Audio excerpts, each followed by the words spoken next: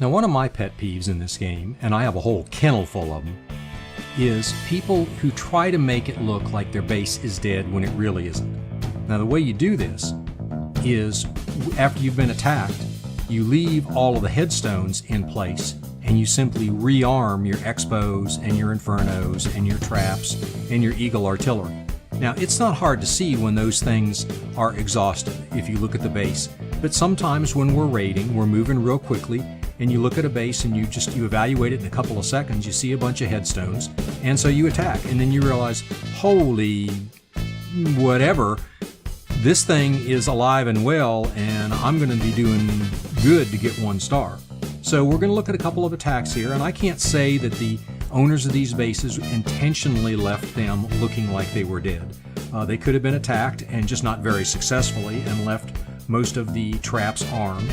But a couple of them at least look like it was intentional. So we'll see how you guys did on these bases when you had very little time to evaluate them. Here we go. Here's Bay on a base that at first glance looks dead because of all the headstones. But you can see the expos still have elixir in them. So it could have been attacked, and maybe the expos just didn't run out of elixir and the attacker didn't manage to last long enough to exhaust them.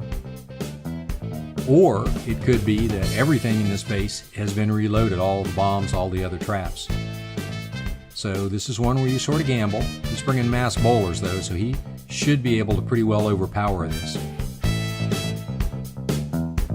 You see he hastes them into the base, heals them, making sure he's got plenty of health when he gets into the core.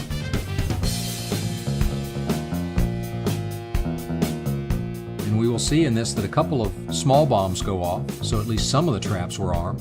There's ground skellies.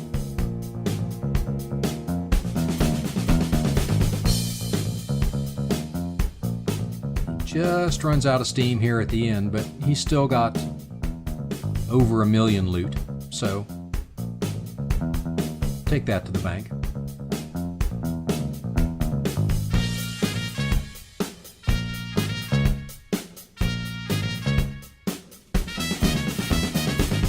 Here's Warcraft scouting another fake dead base. Lots of headstones, but you can see both of the expos are loaded. So, just like in a war attack, he's going to clear some of those outside buildings. He's going to zap quake 2 of the air defenses. And then he's going to roll on into those top 2 air defenses with hounds and loons. Actually, first thing he's going to do is take out that queen. She's a pretty good air defense all by herself when all she's got to worry about is loons, which don't shoot back at her. So at this point, there goes the 4th air defense, right there. And he should own this base at this point now. One of the expos had run out of elixir, but the other one is fully loaded and is just working over his balloons. There it goes. We got a Tesla, a bomb tower, and the Barbarian King. And the loons take care of that with no trouble. Those remaining 3 loons. And he gets all the loot and a nice 3-star. And that's a respectable amount of loot. When you get up to 1.2 million, you're doing all right. Here's another base whose owner wants you to think that it's dead. Notice lots of headstones. But then when you look, there's 1 Inferno and 2 Expos all loaded right in the center of the base. So Ace is not fooled by this, so he brings a regular war-style attack. Hounds, followed by loons. And if you watch, he's going to drop virtually all of his spells in the core. He wants to make sure he gets all the defensive structures that are in the core so his cleanup troops can come in behind late in this attack and get to that dark elixir that's in the core. If he doesn't get all the defensive buildings, he wants them to be ones that cannot defend the dark.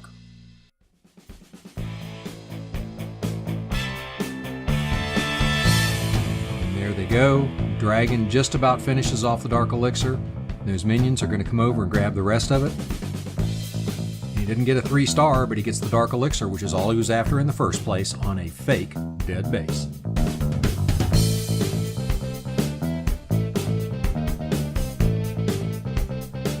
Here's G-Funk. He posted this when he said he was really happy because he hadn't 3-starred anybody in a couple of days. You see all those headstones down in the lower right, but both expos are loaded and the traps seem to be working. So this base may have been attacked, but it wasn't attacked very hard. He's going to come in here with our standard lavaloonion, which we're seeing a lot of in raids. Minions to take out an air defense. Now that's something you don't see every day. And as soon as this barbarian king goes down, there are no defenses left, and it's just a matter of the minions and those loons sweeping through the base. So we'll speed it up here so you can see this really is his happy 3-star after several days of 2 stars.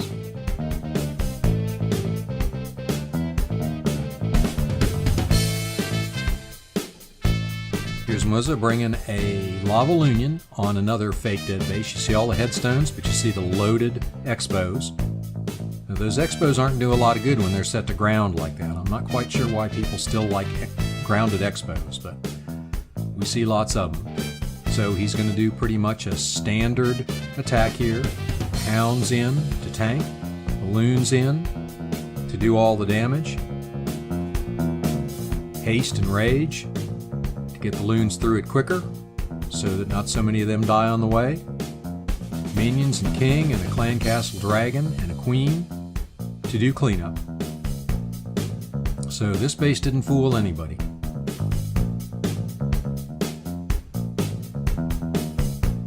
And he did a good scout to notice that those expos were set to ground and that he would thump this base hard.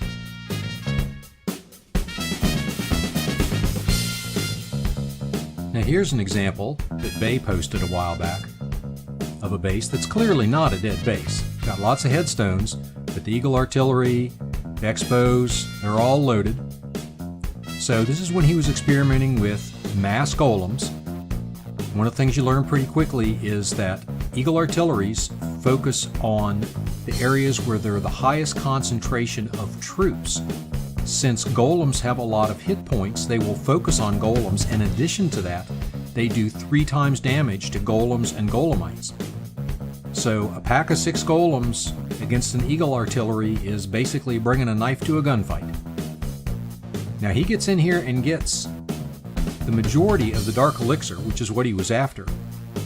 But this base was clearly attempting to be a setup by reloading the expos, reloading the Eagle artillery, and leaving all of the headstones in place.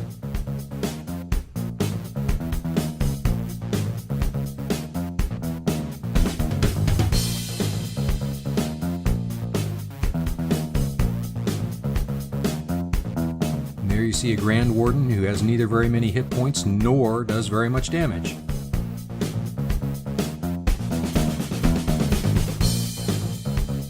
But a 1-star and a bunch of Dark Elixir, most of us would take that in a heartbeat.